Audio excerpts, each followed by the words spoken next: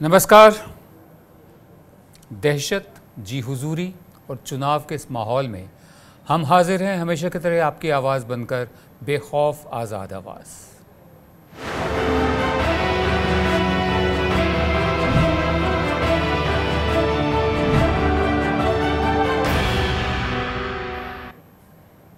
बहुत शोर है, चुनाव हैं, नेता हैं, कैमरे हैं, पोलिंग बूथ के बाहर लंबी लंबी लाइनें हैं, सब हैं, लेकिन इसके बावजूद बहुत कुछ ऐसा है जिस पर ना नज़र जाती है, ना जिसके लिए दिल्ली में बैठे लोगों के पास वक्त है।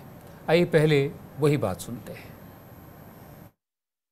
कहाँ के रहने वाले हो? शामली नया बाजार। अच्छा, कहाँ पे है आपका बूथ संख्या? 40 जिसमें 10 में। कौन सी है बूथ संख्या? 40। क्या मामला हुआ आज? अजय हम दलित होने के कारण हमें वोटिंग नहीं। अच्छा, क्या कह दिया आपको? पर्ची तो है ना आप पे मतदान की? क्या कह दिया आपको अंदर जाए हुए? मना कर दिया। क्या कहा? नहीं, वोट नहीं गिरती। वोट नहीं गिरती। तुम दलित हो इसलिए तुम्हें वोट नहीं देने देंगे। आज चुनाव का पहला दिन था। 17वीं लोकसभा के लिए वोट डाले गए। 18 राज्यों और 2 यूनियन टेरिटरीज में वोटिंग हुई और चुनाव आयोग के मुताबिक यूपी में 63.69%, पश्चिम बंगाल में 81%, छत्तीसगढ़ में 77%, तेलंगाना में 60%, महाराष्ट्र में 55.78% और त्रिपुरा में 82%, उत्तराखंड में 57% वोटिंग हुई। कुल मिलाकर लोग घरों से निकले और वोट किया, लेकिन अभी पूरी तस्वीर सामने आनी बाकी है। कैसा रहा आज वोटर्स का मिजाज, आइए अब ये देखते हैं।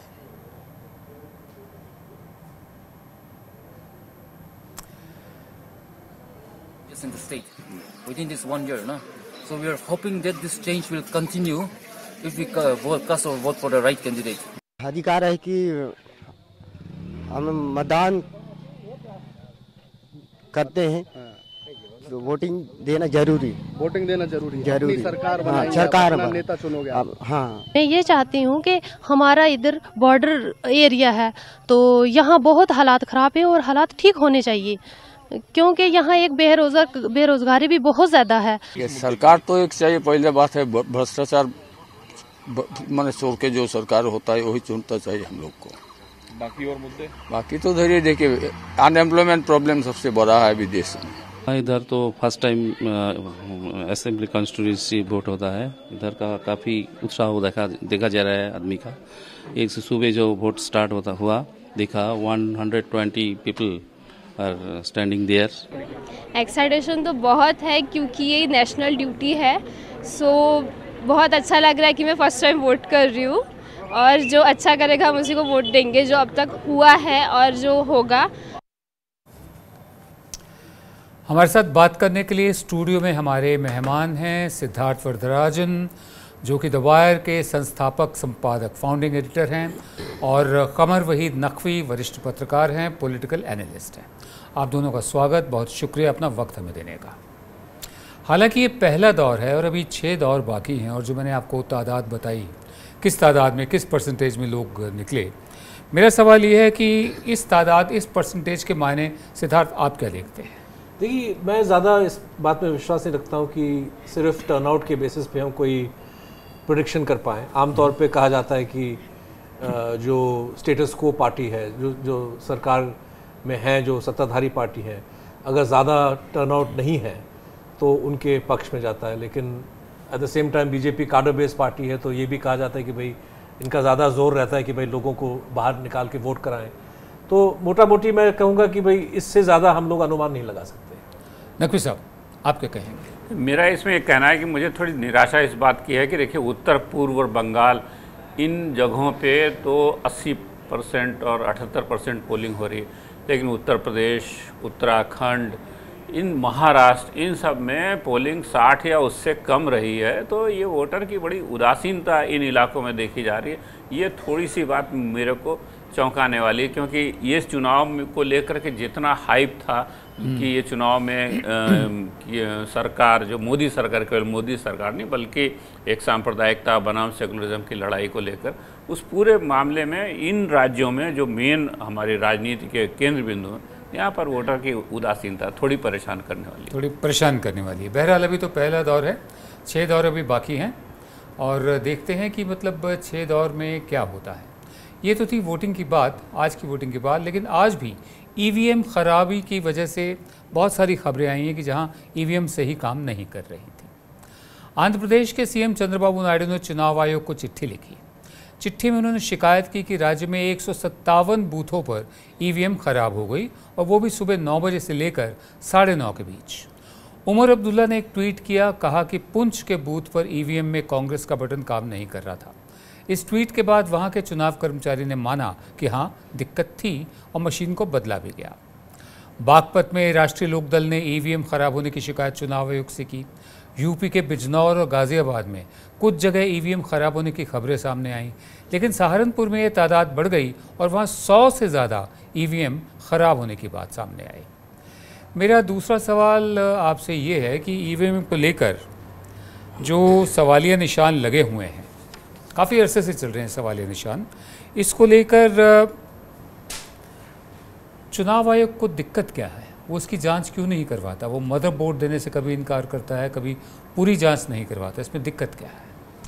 इतना पॉलिटिकल और फाइनेंशियल इन्वेस्टमेंट ईसी कर चुका है ईवीएम सिस्टम में कि शायद वो नहीं चाहता कि कहीं ना कहीं कोई खामी अगर इसमें है तो ये एक्सपोज हो जाए। लेकिन मैं ये भी कहना चाहूँगा कि बहुत सारे ऐसे एनेक्डोटल जो कहते हैं नमूने हमको मिलते हैं चुनाव के वक्त कि एक मशीन में ख़राबी हो गई है वगैरह वगैरह, लेकिन अभी तक एक सिस्टमैटिक तरीके से कोई एक एक्सप्लेन नहीं कर पाया कि कोई रिगिंग उस तरह से हो रही है, या क्योंकि ये नेटवर्क मशीन नहीं है। एक मशीन में ख़राबी होने से या एक मशीन में कोई ऐसा आप खिलवाड़ करने से पूरे इलेक्शन की दिशा आप शायद नहीं बदल सकते। नकवी साहब मुझे बताइए, 100 ईवीएम सिर्फ सहारनपुर में ख़राब हो जाना, उसके अलावा मुझे याद है ये आम आदमी पार्टी के विधायक हैं सौरभ भारद्वाज, इन्होंने एक रिप्रेजेंटेटिव ईवीएम बनाई थी और उसका वो प्रदर्शन किया था कि किस तरह से इसको हैक किया जा सकता है। इसके जो चिप है उसको लेकर भी सवाल उठ रहे हैं। तो क्यों ना चुनाव आयोग सारे शक दूर करे, जो सवालिया निशान है, जो संदेह की सुई है, ताकि वो हमेशा हमेशा के लिए हट जाए।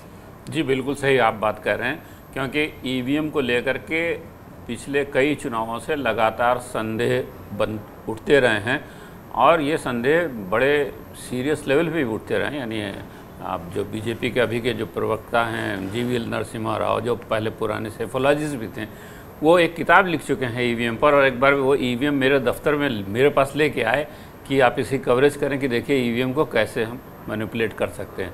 तो इसके बावजूद जो है वो ईवीएम पे कभी भी चुनाव आयोग ने कोई ऐसी बातें नहीं की कि इसको हम निष्पक्ष तौर पर इसकी जांच करा सकें, एक साथ 10, 20, 50, 100 ईवीएम का कोई डेमोन्स्ट्रेशन कर सकें कि साहब इसको नहीं ही किया जा सकता। पर जैसे अब सहारनपुर में 100 ईवीएम ख़राब होती है, अब इसको आप संयोग भी कह सकते हैं और कोई डिज़ाइन भी कह सकते हैं। नहीं तो वीवीपैट मशीन्स को लेकर भी चुनाव आयोग की जो एक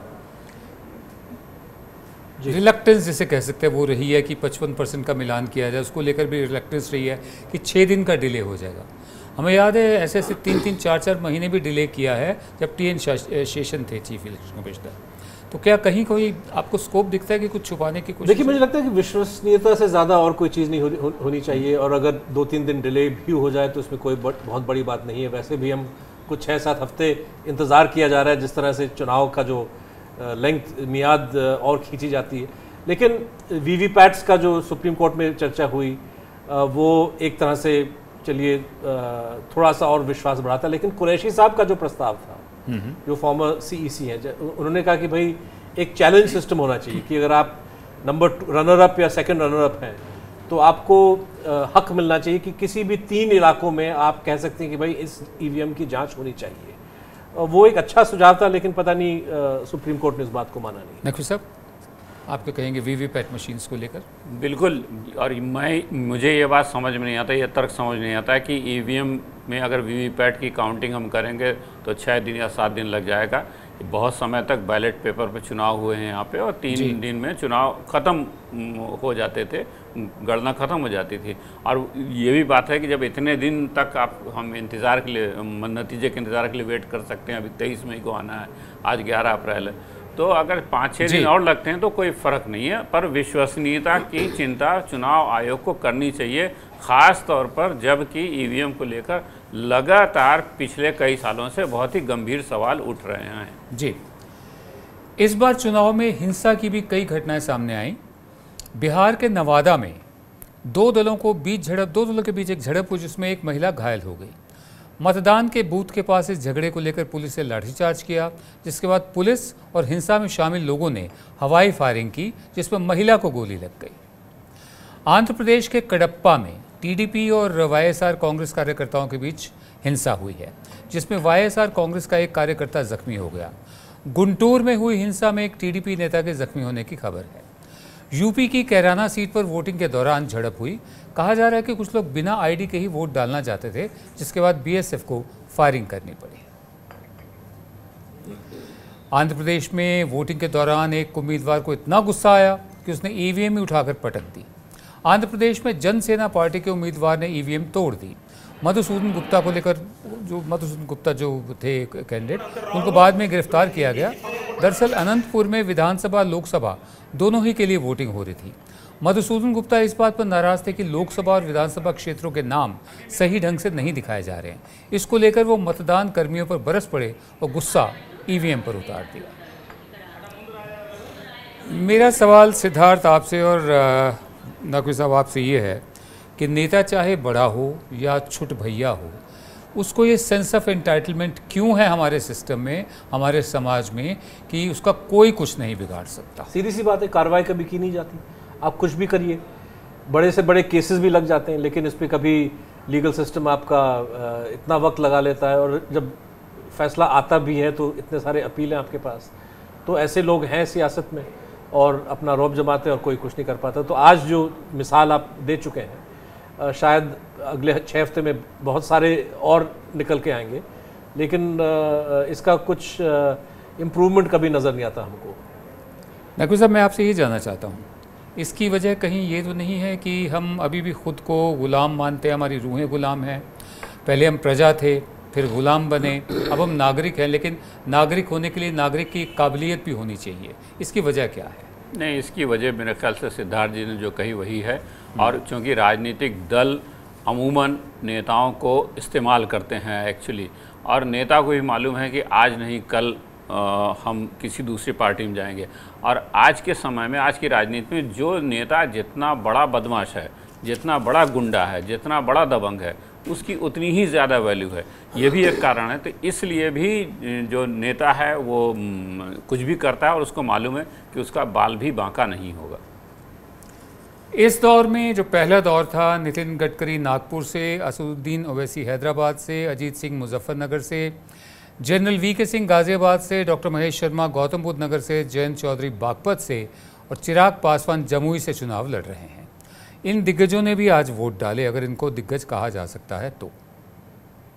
Hopeful that I should be able to win this race. It's the last mile that we are running, and I'm very, very optimistic that the values that we stand for, what Congress has done, Rahul and Gandhi and Priyanka Gandhi, what they represent to the nation, and I'm very optimistic that these values will make the citizens vote right. कार्यकर्ताओं ने, समर्थकों ने बहुत परिश्रम किए हैं और मेरा विश्वास है कि इस चुनाव में मैं पिछले बार से भी अच्छे मार्जिन से चुनाव जीतूंगा। हर एक वर्ग का आदमी, महिलाएं, नौजवान, बुजुर्ग, सब साथ उस सभा में उत्साह और जोश के साथ आए थे और एक खूबसूरत तस्वीर बन रही है।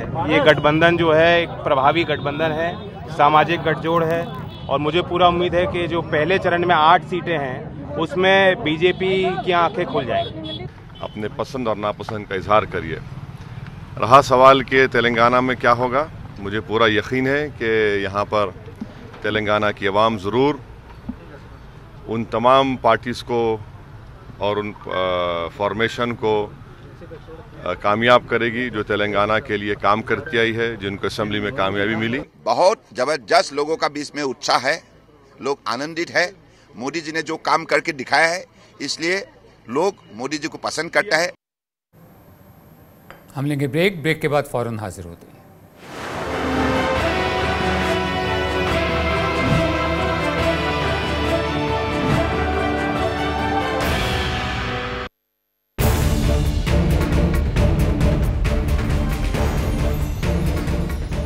खेती किसानी और ग्रामीण भारत की खबरें लेकर मैं अनिका आर्यन हाजिर हूं।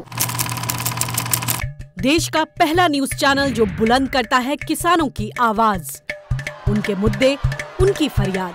धान उपजा कर रखे हुए हैं, लेने वाला नहीं है। किसान तो कर्जे में जा रहा है। खबरें ग्रामीण इलाकों की, मंडी, खेत खलिहानों की। हम सब किसके बच्चे हैं? किसान के। शहरों में गांव से आई आबादी की। सब बेरोजगार हैं। बातें सरकारी दावों की, पड़ताल कुछ आंकड़ों की। हमारे यहाँ केवल 20 दवाइयाँ हैं और पूरी तरह से ये योजना प्रधानमंत्री जी की फेल है। अपने किसानों से जुड़ी हर बात। ये रेड एल्पिनो है, इसकी विदेशों के अंदर बहुत ज्यादा डिमांड होती है। देखिए मेरे साथ रोजाना शाम 6 बजे किसान बुलेटिन में।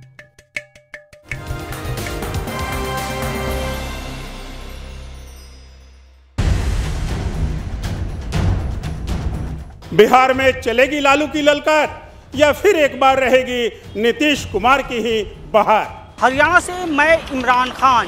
पल पल बदल रहा है हरियाणा का मिजाज। हर रोज एक नए मुद्दे का होता है आगाज। दिल्ली में देश की सरकार, महाराष्ट्र की जनता के क्या है सवाल? 2019 के इस चुनाव में चंडीगढ़ से मैं ईशा ठाकुर, मेरे साथ देखिए पंजाब, हरियाणा, हिमाचल की हर सियासी हलचल। मध्य प्रदेश, छत्तीसगढ़ से मैं पुष्पेंद्र वैद, मेरे साथ जम्मू कश्मीर से जुड़ी चुनावी खबर पर देखिए मध्य प्रदेश की हर चुनावी खबर। छत्तीसगढ़ से मैं धीरेन्द्र गिरी गोस्वामी। जयपुर से मैं रामस्वरूप लामरोड। मैं बिलाल सब्जवारी, मेरे साथ देखिए चुनाव की पल पल की खबर। मैं पंकज श्रीवास्तव, स्वराज एक्सप्रेस के स्पेशल इलेक्शन बुलेटिन मेरा वोट मेरा देश में देखिए चुनाव से जुड़ी हर छोटी बड़ी खबर।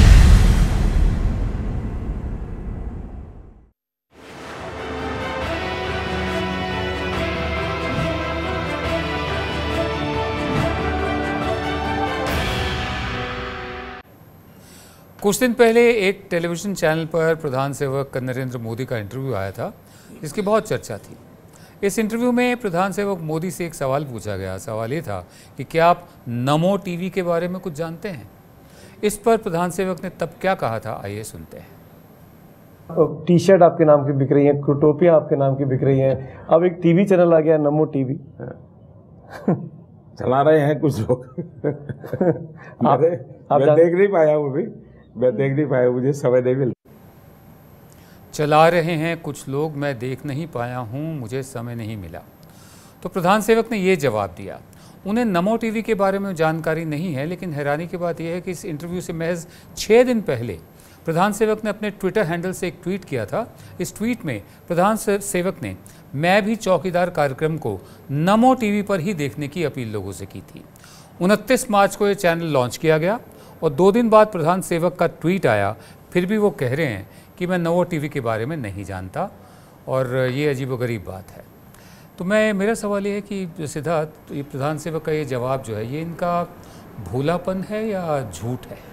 ये सरासर खुला झूठ है। ये आज बल्कि अमित मालविया जो भारतीय जनता पार्टी के IT सेल चलाते हैं, उनका बयान बाकायदा छप चुका है कि नमो टीवी महज ये बीजेपी पार्टी का एक इनिशिएटिव है, नमो ऐप से जुड़ा हुआ है। तो किस तरह से मोदी साहब ने कहा कि हम सुना है कि कुछ लोगों ने चलाया है, मुझे नॉलेज नहीं है, तो खुद आप समझ सकते हैं कि वो किस तरह से लोगों को गुमराह करना चाह रहे हैं। और मुझे लगता है कि सवाल ये उठता है कि उनको पता है कि ये जो काम किया जा रहा है नमो टीवी का, ये कहीं ना कहीं किसी न किसी नियम, कानून, पॉलिसी का उल्लंघन करते हुए इसको ब्रॉडकास्ट उस पर भी मैं आऊँगा। नकवी साहब, आप बताइए, इनका एक तरफ सरेआम मतलब कह रहे हैं कि मुझे मालूम नहीं, कुछ लोग चला रहे हैं और मैं देख नहीं पाया हूँ, और उससे पहले ही ट्वीट कर चुके हैं कि मैं भी चौकीदार कार्यक्रम को नमो टीवी पर देखें। तो मेरा सवाल जो सिद्धार्थ से था वही आपसे कि इनका भोलापन है या झूठ है, या आप कुछ और देखते हैं इसमें? नहीं, मैं ये देखता हूँ कि नरेंद्र मोदी एक ऐसी शख्सियत हैं जिनको किसी नियम, किसी प्रोटोकॉल, किसी परंपरा, नैतिक मूल्यों, इनकी कोई परवाह नहीं है, और वो लगातार इनको ध्वस्त करते हुए, कुचलते हुए चलते आ रहे हैं। और इस चुनाव में भी आप देखें कि जितने वायलेशन हुए, जितने उल्लंघन हुए हैं बीजेपी की ओर से इस समय, ये मतलब अभी तक अभूतपूर्व हैं, इसको हम कहते हैं कि ऐसा लगातार बेशर्मी भरा उल्लंघन मैंने अपने जीवन में चुनाव आचार संहिता का देखा नहीं है। मेरा सवाल आपसे है सिद्धार्थ की एक पुरानी कहावत है, मैं अक्सर दोहराता हूँ इसको, कि सरकारें जो होती हैं वो डंडे से नहीं चलती हैं, वो इकबाल से चलती हैं, ठीक है। और इलेक्शन कमीशन का इकबाल हमेशा बुलंद रहा है। इस वक्त आज के दिन इलेक्शन कमीशन के इकबाल की सेहत कैसी है?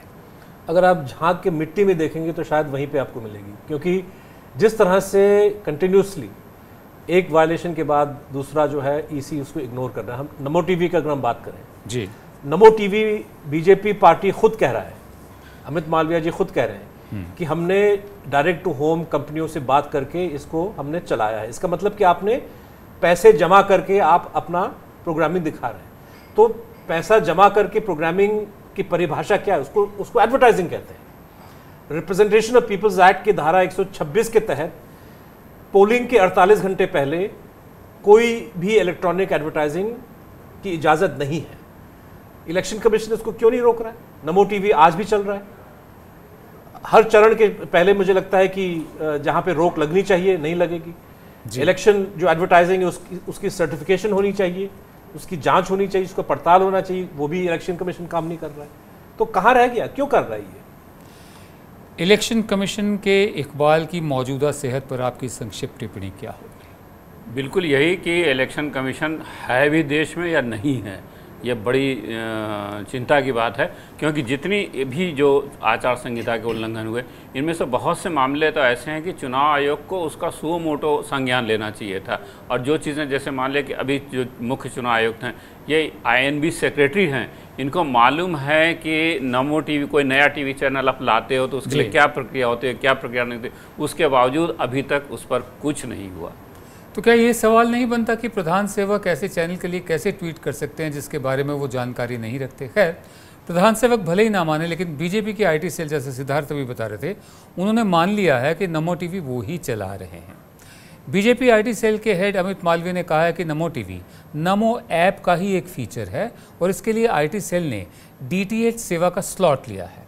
बीजेपी के इस जवाब से साफ है कि बीजेपी ने चैनल लॉन्च किए जाने को लेकर नियमों का फ़ायदा उठाया है। दरअसल ये कबूलनामा तब आया जब चुनाव आयोग ने दिल्ली के चीफ इलेक्टोरल ऑफिस से कहा कि वो नमो टीवी को मीडिया सर्टिफिकेशन और मॉनिटरिंग कमेटी से सर्टिफाई करवाए। दिल्ली के चीफ इलेक्टोरल ऑफिस ने आयोग को कहा कि नमो टीवी राजनीतिक विज्ञापन की कैटेगरी में नहीं आता, इसलिए उसके कंटेंट को सर्टिफाई नहीं किया गया। सवाल ये है कि नमो टीवी बिना लाइसेंस के चल रहा है। क्या किसी चोर दरवाजे से रास्ता निकाला गया है या नियम कानून की धज्जियाँ उड़ाई गई हैं? देखिए, या तो नमो टीवी जो है इश्तिहार नहीं है, जिस तरह से इलेक्शन कमीशन सजेस्ट करने की कोशिश कर रहा है, तो फिर INB मिनिस्ट्री जवाब दे कि भाई किस आधार पे इस चैनल को आपने बगैर लाइसेंस के इजाज़त कैसे दे दी, इस पे कार्रवाई क्यों नहीं की जा रही है? जो DTH वाले इसको चला रहे हैं उन पे कार्रवाई क्यों नहीं की जा रही? और अगर ये इश्तिहार है तो इलेक्शन कमीशन बतावे ज़रा कि भाई किस तरह से आप विदाउट एनी हिंड्रेंस 48 घंटे के अंदर जहाँ पे बैन लगनी चाहिए इलेक्ट्रॉनिक एडवर्टाइजिंग पे, किस तरह से आपने बीजेपी पार्टी को इजाज़त दी अपने इश्तिहार को चलाने की? तो मुझे लगता है कि या तो INB मिनिस्ट्री कहीं ना कहीं कानून की धज्जियाँ उड़ा रहा है या इलेक्शन कमीशन कर रहा है। दोनों सही नहीं हो सकते। नकवी साहब, आपने सालों साल आज तक नाम का चैनल चलाया है। मैं आपसे ये जानना चाहता हूँ कि चोर दरवाज़ा कौन सा हो सकता है जिसके कारण नमो टीवी अभी भी चल रहा है? ये कोई चोर दरवाज़ा नहीं है, ये एक बेधड़क उल्लंघन है कि हमें कोई परवाह नहीं, आप क्या कहते हो, एकदम सीधी सीधी बात है। और ये कहना है कि वो राजनीतिक कंटेंट नहीं है नमो टीवी पे, अब इससे बड़ी बेशर्मी क्या हो सकती है? नमो टीवी कोई कोलगेट थोड़ी बेच रहा है कि टूथपेस्ट थोड़ी बेच रहा है, तो वो राजनीति की बात कर रहा है, नेताओं के बारे में बात कर रहा है। जी, कुछ सवाल चुनाव आयोग और बीजेपी से हैं। क्या ये सही नहीं कि गुजरात में 2007 चुनाव से पहले आए चैनल वंदे गुजरात को चुनाव आयोग ने बंद करवा दिया था? क्या यह सही नहीं कि गुजरात के 2012 के असेंबली चुनाव में आए नमो गुजरात को भी आयोग ने कुछ वक्त के लिए बंद करवाया था? जब चैनल को बीजेपी के चुनावी खर्च में जोड़ा गया उसके बाद ही वो टीवी स्क्रीन पर दिखा। क्या यह सही नहीं है कि namotv.com का डोमेन पराग शाह के नाम पर है? क्या यह सही नहीं है कि पराग शाह मोदी के लिए बतौर एनालिस्ट 2012 के असेंबली चुनाव में काम कर चुके हैं? अगर मान भी लिया जाए कि ये टीवी वैल्यू एडेड सर्विसेज की कैटेगरी में आता है, तब भी क्या ये चैनल केबल टीवी एक्ट 1994 के सेक्शन 7(3) का उल्लंघन नहीं कर रहा, जिसके मुताबिक राजनीतिक फ़ायदे के लिए कंटेंट नहीं दिखाया जा सकता? और सबसे बड़ा सवाल ये है, जैसा नकवी साहब बता रहे हैं, जैसे सिद्धार्थ हमारे मेहमान बता रहे हैं, कि ये इतनी ब्रेजननेस, अंग्रेज़ी का शब्द है ब्रेजननेस, धड़ल्ले से सरेआम चैनल चल रहा है, सवाल पूछे जा रहे हैं, इस सब के दौरान भी नमो टीवी क्यों जारी है? आपको कोई उम्मीद है चुनाव आयोग से एक्शन की? देखिए, इलेक्शन कमीशन में ऐसे लोगों को बिठा दिया गया है, मुझे लगता है कि सरकार ने सोच समझ के चयन किया ताकि जो वायलेशंस वो करना चाह रहे थे उस पर जो है इलेक्शन कमिश्नर्स जो है कोई सवाल नहीं उठाएंगे, और वही किरदार तकरीबन जो नमो साहब उनसे उम्मीद कर रहे थे वही किरदार वो निभा रहे हैं। जी, बहुत संक्षेप में। नहीं, मुझे भी नहीं लगता कि चुनाव आयोग कोई जो है वो इस पर कार्रवाई करेगा या उसकी कार्रवाई करने की कोई मंशा भी है, कार्रवाई करने का कोई इरादा भी है। कुल मिलाकर मौजूदा चुनाव आयोग की पूरी विश्वसनीयता इस चुनाव में बहुत ही गंभीर तौर पर दांव पे लगी हुई है। बहुत धन्यवाद आप दोनों का हमारे कार्यक्रम में शामिल होने के लिए। हम आपको एक बात बता दें, प्रधानमंत्री बनने के बाद प्रधान सेवक नरेंद्र मोदी ने लाल किले से अपने पहले भाषण में कई अहम बातें कही थी। मोदी साहब ने अपने इस भाषण में सांप्रदायिकता और जातिवाद को लेकर, पहला भाषण था, एक बड़ी बात कही थी। क्या थी वो बड़ी बात? आइए पहले आपको सुनाते हैं। भाइयों बहनों, एक बार पीछे मुड़ करके देखिए, किसी ने कुछ नहीं पाया है सिवाय भारत मां के अंगों पर दाग लगाने के सिवा हमने कुछ नहीं किया है। और इसलिए मैं देश के उन लोगों से आह्वान करता हूं, जातिवाद का जहर हो, संप्रदायवाद का जहर हो, प्रांतवाद का जहर हो, ऊंच नीच का भाव हो, ये देश को आगे बढ़ाने में रुकावट है। एक बार मन में तय करो, 10 साल के लिए मॉरिटोरियम तय करो, 10 साल तक इन सारे तनावों से हम मुक्त समाज की ओर जाना चाहते हैं। और आप देखिए, शांति, एकता, सद्भावना, भाईचारा हमें आगे बढ़ने में कितनी ताकत देते। एक बार देखो, प्रधान सेवक ने तब जातिवाद और सांप्रदायिकता पर 10 साल की रोक की बात की थी, मॉरिटोरियम लफ्ज़ का इस्तेमाल किया था। लेकिन हम अपनी तरबियत, ट्रेनिंग और संस्कारों के गुलाम होते हैं। 19 फरवरी 2017 को प्रधान सेवक ने चुनाव प्रचार के दौरान यूपी के फतेहपुर में क्या कहा था, वो भी सुन लेते हैं। भाइयों बहनों, गांव में अगर कब्रिस्तान बनता है तो गांव में स्मशान भी बनना चाहिए। अगर रमजान में बिजली मिलती है तो दिवाली में भी बिजली मिलनी चाहिए। अगर होली पे बिजली मिलती है तो ईद पर भी बिजली मिलनी चाहिए। भेदभाव नहीं होना चाहिए। क्या ये सांप्रदायिकता पर मॉरिटोरियम है? क्योंकि 6 दौर बाकी हैं चुनाव के, देश के वोटर्स के लिए एक छोटा सा गीत हल्के से जरा ध्यान से सुनिए, बहुत जरूरी है।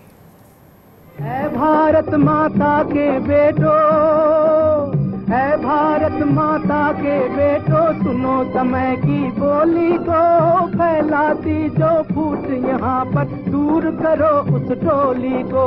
है भारत माता के बेटो। सोमवार रात आपसे फिर मुलाकात होगी, तब तक के लिए नमस्कार।